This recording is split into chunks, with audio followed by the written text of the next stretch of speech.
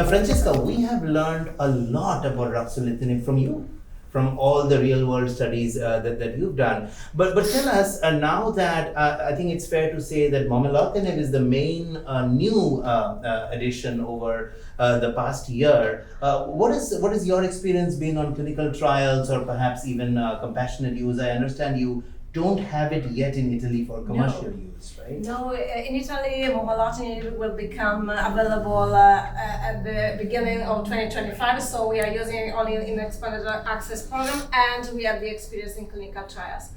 What is important is that we knew from previous experience that ruxolitinib is a terrific drug. It can achieve spleen and symptom responses, prolonged survival, but it has no significant activity in patients with a cytopenic myelofibrosis. We have demonstrated it in many previous papers on large cohorts, and we observe that if a patient has a low platelet count, if a patient has anemia, this patient is generally treated with low-dose ruxolitinib and is not going to get any significant benefit from this drug.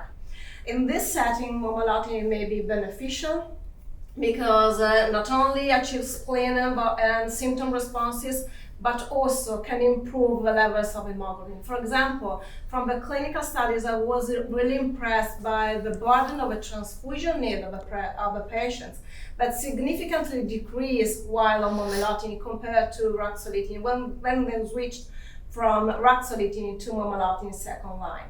And also in the Simplify 1 trial, there was a comparable spleen response, actually a lower symptom response, but a significant improvement in the transfusion independence rate. And this was very important for the prognosis of the patient because there was a significant association between the status of transfusion independence at 24 weeks and the survival prolongation. So I think that this is important data that may complement and expand our ability to treat the patient with myelofibrosis. Absolutely. And Andrew, you are one of the major enrollers, if I recall right, on Momentum. Mm-hmm. What was your experience on the trial? I think first of all, the experience was that patients really were motivated to go on the study, right? Which I think represents that you're doing a study that's going to benefit patients, right? When they're very excited about something. And so we've known from Simplify 1 and Simplify 2 that momelotinib is an agent that has impact on spleen and symptoms, but tends to be more favorable on anemia. And we have lots of patients in our clinic that are on ruxolitinib that are dealing with anemia, right? But they don't want to stop the ruxolitinib based on how they feel. And so really was quite an easy trial to enroll on because you had motivated patients. Now, we were able to put patients on, typically these were patients that had been on ruxolitinib, usually quite recently, or if they weren't on currently, and they had splenomegaly, they had some degree of symptoms, and they were anemic, right? So hemoglobin had to be less than 10. And then what we experienced is those patients that went on really were able to maintain the same symptom benefit, and we saw changes in those hemoglobins over time where they were needing less transfusions. When you look at the results of Momentum, it bears out what our experience was as well. So you have kind of the primary endpoint of that study was a symptom benefit. Patients felt better at week 24 when they were on momelotinib compared to danazol. They also had better spleen responses, as you would imagine, compared to danazol. And really encouragingly, you actually had higher rates of transfusion independence at week 24 when you had comparable rates of transfusion independence at the start of that study. So Lucia, tell me this. It's been discussed that danazol was kind of a unusual comparator in the Momentum study. What are your thoughts on the use of that as the comparator? Yeah, well, danazol has been used for the anemia in these patients, and actually even in this study it was quite surprisingly effective. Mm-hmm. So it's not a placebo drug. It is really a drug that was used, and it's been added even to ruxolitinib for anemic patients. So especially in our institution, we kind of use it for quite a few years, and it proved to be effective agent.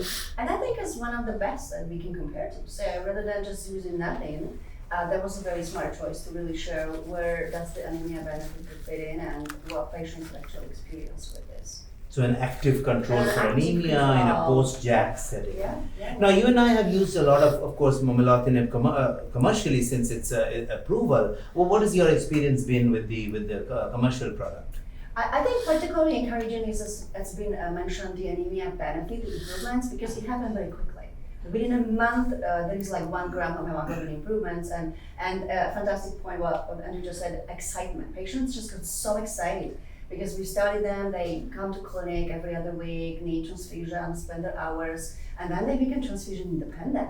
So they all of a sudden don't have to count it up, and they really have a bunch of their life back. And there were now the post hoc analysis of all of these studies showing there's a time saving of that, basically the most important thing. They don't have to go to clinic, get checked out, spend their life in the clinic. So I think that time saver for these patients is an absolute win.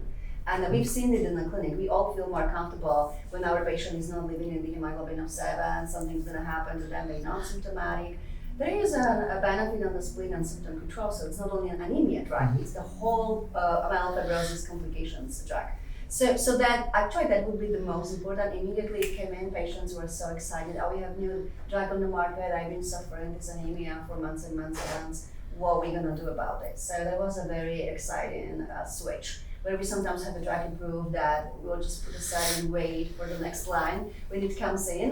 But now it was much more, and we've seen it in the clinic and in the community practice. People were more eager to, okay, now we know what this drug can do. We've seen the anemia, it happens quickly, so we don't have to wait 3-6 months to see the turnaround. So that was, I think, the major point where people are using it much more in the clinics than other drugs, including drug inhibitors that were approved.